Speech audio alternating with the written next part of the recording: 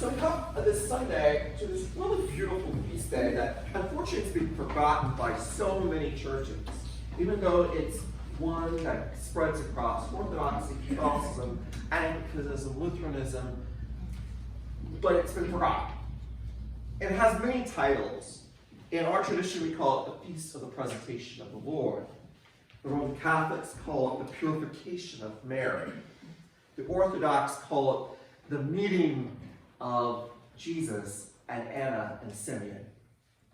And in England, it's called Candlemas, because you could just see what we just did. We blessed candles. And in some places in this great state, we call it Groundhog Day. So it has lots of names, has lots of titles, but it goes back to this idea that 40 days ago we celebrated the birth of Jesus, and we all know that 40 means a symbol of completion in the Bible, a journey ended.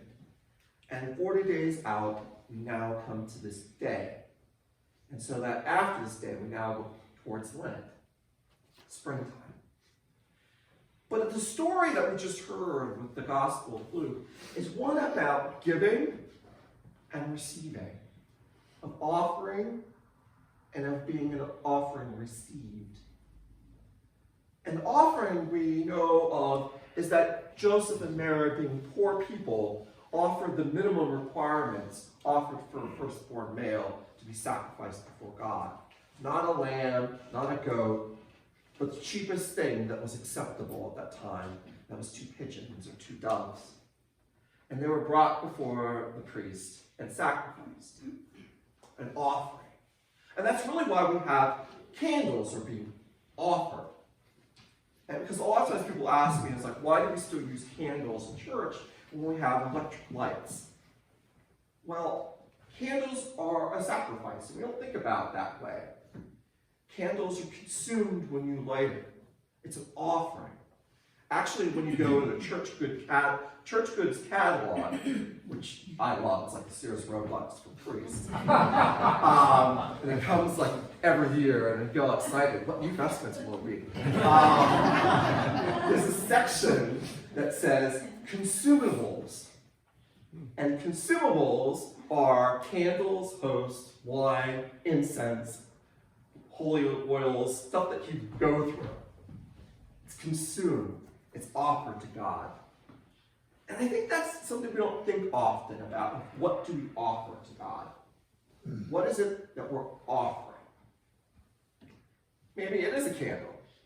Maybe it was a pigeon back in the day, though that probably would get the Humane Society after you today.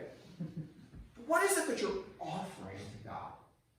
I know every week we plastic around the plate, and the church definitely appreciates your offering. It keeps the place going. But I think there's a deeper thing going on here. What is it that you're offering to God? The real offering that Mary and Joseph were bringing wasn't the 2 birds. It was the child. They were offering that child up to the service of God.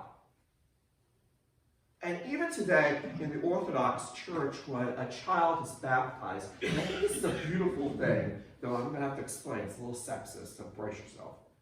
When a child is baptized, the priest picks the child up, takes the boy child behind the altar screen, and processes the child around, and puts the child right on the altar. And I think that's beautiful. And the symbolism is that child could be a priest.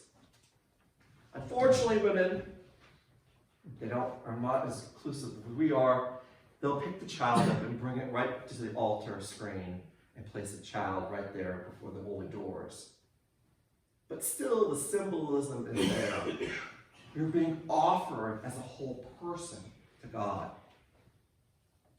Those of you who are old enough, I know we have some Rite One groupies out there still. There was in the Rite One prayer, and I love this, and I wish this was part of the Rite Two liturgy, but it's not. The priest, because you wouldn't see them back in the day, because the back was to you, would put his hands down and say, I offer this our bound and duty and sacrifice. And that, I think, is something we don't think about. that when we offer bread, when we offer wine, it's being offered to God so it can be changed and transformed. Just like when we offer ourselves up, we're changed and transformed. We're consumed like a candle is consumed. The second half of our gospel story, we need to look at Simeon and Anna, who I think gets the short shrift many times in the story. Simeon and Anna were of great age, and I love that every single time I read it. Because great age was 84 back then. And I know many of the folks in this room have surpassed that great age. And they were thought to be ancient at 84. But these were two individuals who gave their life to God. And this is where I always like to thank my church women and church men who do so much. And they keep the place going. They're holy men and women, sometimes doing the forgotten work of the Lord. Simeon and Anna rejoiced. They received. This is the opposite end. They were able to receive Christ. So we have offering in the first half of the gospel, but then we have being open to receive Christ. Because you can imagine that so many people didn't recognize who Jesus was at this time. You know, granted there was that angel and the shepherds and the wise men, but so many people didn't know who this child was. And so Simeon and Anna, through their life of prayer and discipline and generosity, had an openness of heart and mind that they were able to receive this child and receive it as God, as the Messiah. We have the offering being offered, but we also have the reception of a gift. Being able in thanksgiving to receive the gift of Christ. So I think this day, where many of us later on will probably watch a football game or something related to that sport. Maybe you should light a candle this day, just like we did, and have a candle with your football today. Merging secular with sacred, why not? And realize that the candle, like our lives, is something once lit is consumed. It's used up. You can't put it back together again. But it makes a light. And that's the same thing, much like our lives. Once our lives are lit, it's consumed, but it produces light. So on this day where we celebrate just about everything, ask ourselves, what are we offering? But also, what light are we shining out? What light are we giving to the world? I think that really is the heart of what this story is all about.